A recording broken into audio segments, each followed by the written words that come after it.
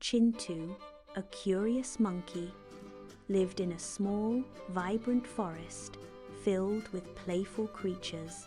One sunny morning, while exploring near the old banyan tree, something caught his eye. Hidden amongst the roots was a shining blue stone, pulsating with a soft light. Intrigued, Chintu cautiously reached out and picked it up, his heart pounding fast. As his fingers closed around it, the stone began to glow even brighter, startling him. Initially scared, Chintu almost dropped it, but his curiosity quickly won over his fear. He examined the stone closely, turning it over in his hands, mesmerized by its glow. Could it be? Could this be a magic stone, just like in the old forest tales? He imagined all the wonderful things he could do with such a powerful object, but a small voice inside him whispered about responsibility and using power wisely. Chintu decided he needed advice. He knew just the friend to turn to.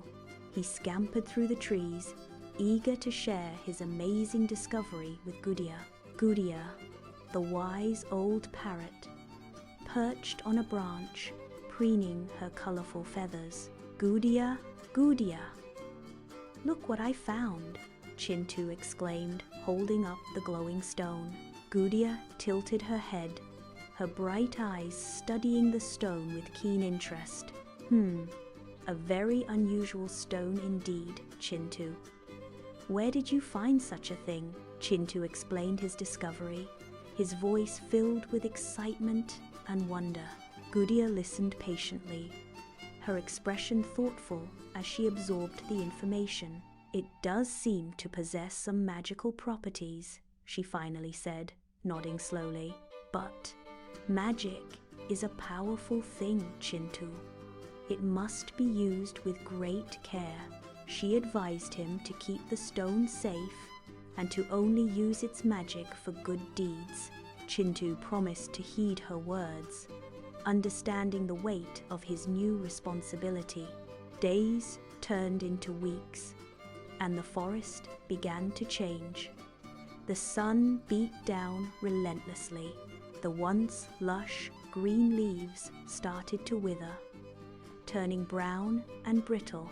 The river that flowed through the heart of the forest slowly began to dry up. A severe drought had gripped the land, and all the animals were suffering greatly. Chintu watched with a heavy heart as his friends struggled to find water and food. The deer were weak and thirsty. The birds' songs were replaced by desperate cries. Even the mighty lion looked weary, his roar reduced to a mere whimper. Chintu remembered the magic stone, tucked safely away in his hollow tree home. Could it be the answer to their prayers? Could it help them overcome this terrible drought? He hesitated, remembering Gudia's warning about using magic responsibly, but the suffering of his friends was too much to bear. He had to do something. He raced back to his tree, his mind racing with possibilities and anxieties. He carefully retrieved the blue stone, its familiar glow now a beacon of hope. He held it tightly in his hands, feeling its power surge through him. He closed his eyes and focused all his energy on the image of rain, cool and refreshing. He whispered a silent plea, hoping that the stone would hear his heartfelt wish. He wondered if he was worthy of wielding such power, if he could truly help. He thought of Gudia's words, reminding himself to use the magic for good. He took a deep breath and opened his eyes, ready to face whatever might come. He knew that the fate of the forest and all its creatures rested on his shoulders. He stepped out of his tree and looked up at the sky, now a harsh and unforgiving blue. He held the stone high above his head, offering it to the heavens as a symbol of hope. He whispered a prayer for rain, for relief, for the survival of his beloved forest. He knew this was a pivotal moment, a test of his courage and his commitment. He stood firm, his small body radiating determination and unwavering resolve. The forest held its breath, waiting to see if Chintu's magic stone could save them. The air crackled with anticipation, the silence broken only by the rustling of dry leaves. Chintu focused all his energy on the stone, willing it to work its magic. He pictured the rain falling, nourishing the parched earth and quenching their thirst. He imagined the river flowing again, teeming with life and joy. He hoped that his actions would be enough to bring relief to his suffering friends. He prayed for a miracle, a sign that his efforts were not in vain. He knew that the future of the forest depended on the power of the stone. He closed his eyes again, whispering a final plea for help. He felt a surge of energy coursing through him, connecting him to the stone. He opened his eyes, ready to face the consequences of his actions. He knew that whatever happened, he had done his best to help his friends. The fate of the forest now rested in the hands of the magic stone. Chintu clutches the blue stone, his heart pounding with hope. He closes his eyes, picturing the parched land and thirsty animals. He focuses, whispering a heartfelt wish for water to the stone. I wish for rain to quench the forest's thirst. The stone begins to glow, a soft, pulsing light at first. The glow intensifies, bathing Chintu in an ethereal blue hue. Gudia watches from a branch, her eyes wide with anticipation. The air crackles with energy as the stone reaches peak brightness. Suddenly, a low rumble echoes through the silent forest. Chintu opens his eyes, gazing upwards through the trees. Dark clouds gather overhead, blotting out the harsh sunlight. A cool breeze sweeps through the parched leaves, rustling them gently. The first drops of rain begin to fall, tentative and light. More drops follow, quickly escalating into a steady downpour. The parched earth drinks eagerly, the dust turning to mud. A cheer erupts from the animals. Their faces turn to the sky. Deer raise their heads, catching the rain on their tongues. Elephants spray water into the air with their trunks, trumpeting joyfully. Birds sing a chorus of gratitude, their feathers glistening. The river swells, its dry bed now overflowing with life. Chintu watches, a wide smile spreading across his face. Gudia swoops down, landing on his shoulder. You did it, Chintu. You saved the forest.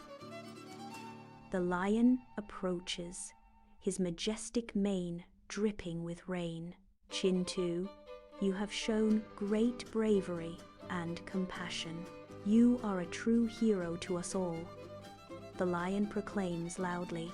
The other animals nod in agreement, their eyes filled with respect. Chintu blushes, feeling a warmth spread through his chest. It wasn't just me, Chintu says humbly. The stone helped, but helping others is what truly matters. He looks at the animals, his voice filled with sincerity. The magic stone is powerful, but kindness is even stronger. The lion smiles, impressed by Chintu's wisdom.